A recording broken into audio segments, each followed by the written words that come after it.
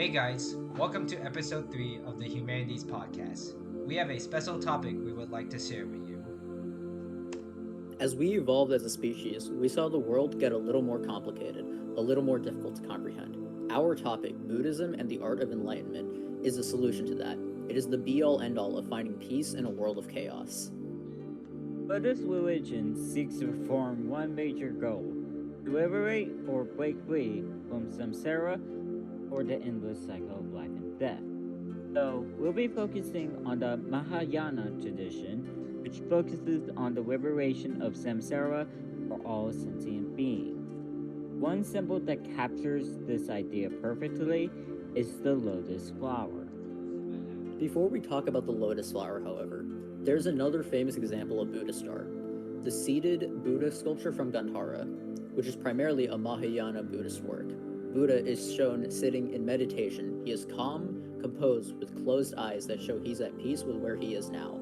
What does his posture mean to you? I see his posture as a display of deep concentration, finding attunement within himself and the world around him. In fact, this posture is commonly referred to as the lotus position, which promotes meditation. What do you think, Joseph?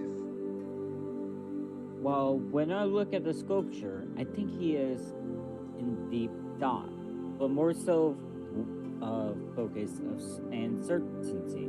It is like he found peace and serenity to life, or solutions to all problems in life. Many of Buddha's sculptures depict him sitting in the lotus position. His overall appearance is one of peace.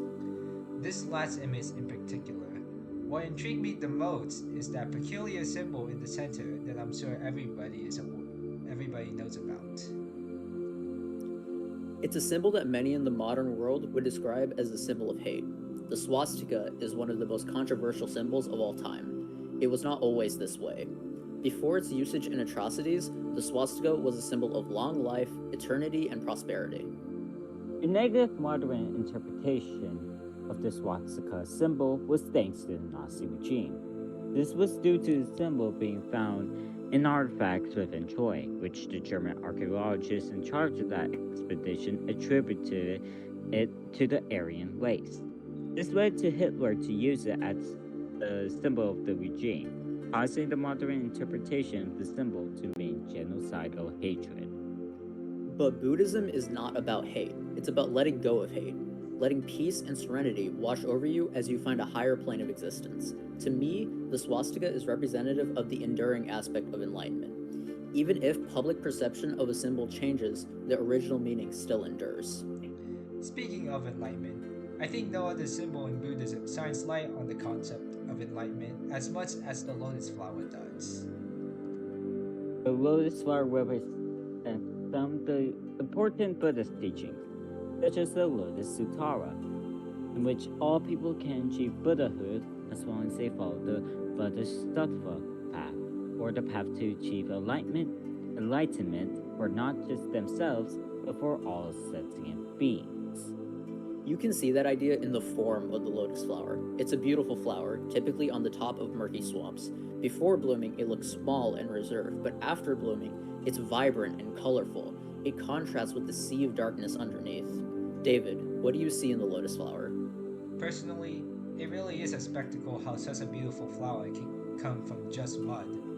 I see this tying into Buddhism as that the muddy waters act as the harsh realities of our daily life, and the lotus, the enlightenment someone achieves once accepting Buddhahood. It is representative of a person's journey to nirvana. Buddha really is similar to the lotus flower, isn't he? Going from the archetype of greed, Siddhartha Gautama, to a rich aristocrat, to Buddha, the embodiment of peace. It's just like the lotus's journey from being small and not showing colors into blooming with vibrance and harmony. Speaking of colors, the different colors of the lotus flowers have different meanings. For example, the white lotus flower means purity of the mind, and while the pink lotus symbolizes the Buddha and the suggestions of Buddha. Red lotus flowers represent Lotus Hitva because it is linked to Buffalo Kichu flower for divinity. There's also the blue lotus flower, which which represents wisdom, and the yellow lotus flower, which represents the realization of enlightenment. There is also the purple lotus, a rare lotus which represents the different mystical and spiritual journeys taken towards the path of enlightenment. It symbolizes inner growth and equilibrium within oneself throughout their journey. The lotus flower, and by extension Buddhism, is all about equilibrium. We need more equilibrium in the modern world. It's dangerous to oneself to only think of the bad in the world without looking into themselves first. Yeah, I agree.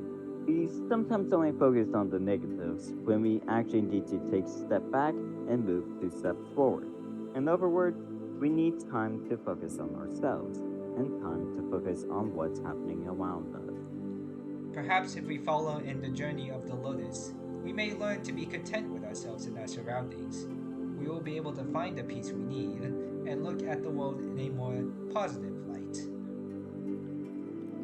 Before we end off, here's a question for the class. How can we, in the modern world, grow like the lotus flower? Here are our references. And next up on our podcast, the African oral tradition and performance. Thank you all so much for listening.